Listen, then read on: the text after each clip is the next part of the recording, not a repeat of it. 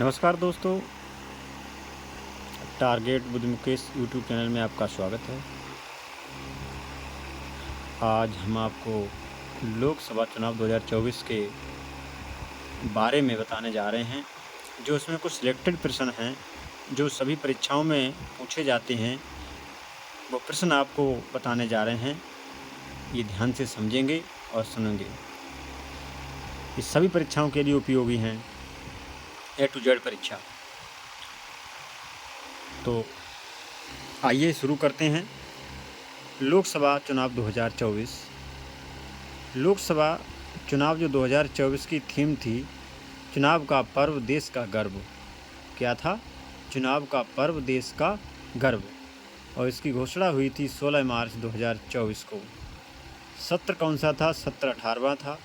समय 19 अप्रैल 2024 से 1 जून 2024 तक, यानी कि 44 दिन लगे हैं चुनाव कराने में। ये सबसे ज़्यादा दिनों में होने वाला चुनाव 2024 का था। चरण कितने थे? 7 थे। मतगणना 4 जून 2024 को हुई थी। मुख्य चुनाव आयोग कौन है? श्री राजीव कुमार हैं।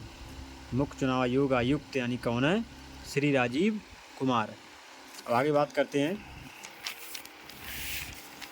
कुल सीटों की संख्या 543 है।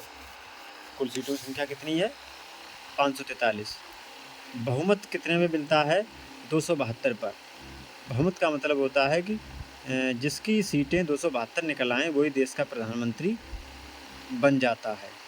वोटिंग हुई थी 542 पर। एक सीट जो थी वो एक निर्विरोध चुनी गई। मुकेश दलाल जो बीजेपी के हैं, सूरत लोकसभा सीट गुजरात से, ये निर्दलीय चुने गए हैं। 542 पर चुनाव हुआ है और एक निर्विरोध चुने गए बीजेपी के मुकेश दलाल जी। अच्छा, इसके बाद है शीर्ष 10 राजनीतिक पार्टी सीटें जीतने के अनुसार। जो 10 पार्टियां ऐसी हैं जो सबसे ज़्यादा जो है सीटें जीती हैं। जैसे अगर हम बात करें बीजेपी ने 240 सीटें प्राप्त की हैं। वहीं कांग्रेस ने 99 सीटें प्राप्त की हैं। समाजवादी पार्टी, इसने 37 सीटें प्राप्त की हैं। वह एक पार्टी है तृणमूल कांग्रेस, ममता बनर्जी की है, इन्होंने 29 सीटें हासिल की हैं।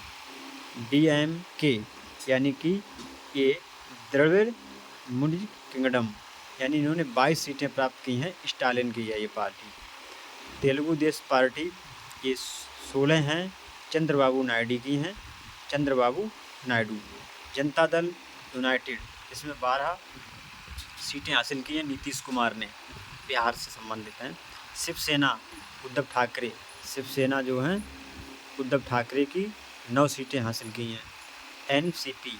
एनसीपी ने जो एक पार्टी है, जो कौन है ये? शरद पवार जी, इन्होंने 8 सीटें हासिल की हैं। और शिवसेना पार्टी है जो सिंधे ने 7 सीटें हासिल की हैं। तो ये 10 शीर्ष राजनीतिक पार्टी थी जो सबसे अधिक सीटें हासिल की। इसके बाद आगे देखते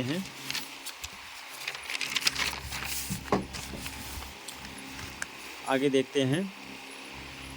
जो शीर्ष 5 पार्टी मतदान प्राप्त प्रतिशत के आधार पर, यानी जो 5 पार्टियां हैं उनमें सबसे अधिक जो है, तो ये शीर्ष 5 पार्टी हैं जो मतदान प्राप्त प्रतिशत के आधार पर। जैसे अगर बात करते हैं हम बीजेपी की, भारतीय जनता पार्टी, इसने जो है 36.5% मतदान प्राप्त किया है। यानी कि जो जितने वोट डाले गए हैं उनका 36.5% माना। जो वोट डाले गए हैं वो 100%, उसका 36.5% बीजेपी को मिले हैं। INC यानी कि भारतीय राष्ट्रीय कांग्रेस, इंडियन नेशनल कांग्रेस, इसने जो है 21.2% मतदान हासिल किए हैं। अदर्स यानी अन्य ने 7.03% हासिल किए हैं। एसपी यानी समाजवादी पार्टी ने 4.48%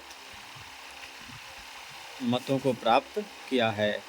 AITC all India Trinamool Congress इसने जो है 4.3% मतों को हासिल किया है। अगर हम बात करें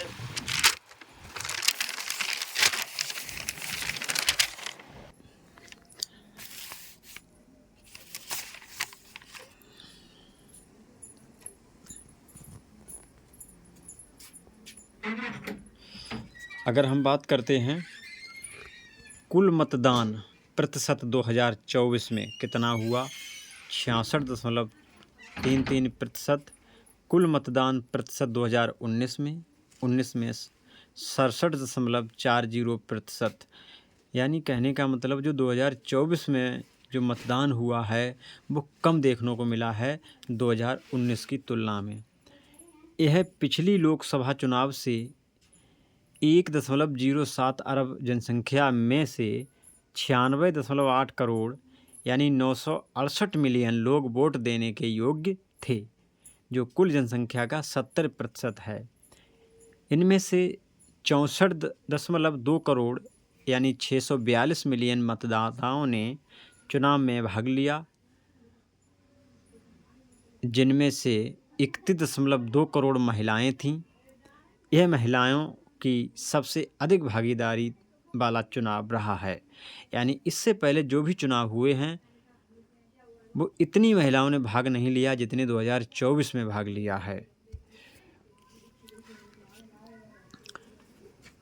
तो इसके आगे का पार्ट नंबर 2 में देखेंगे।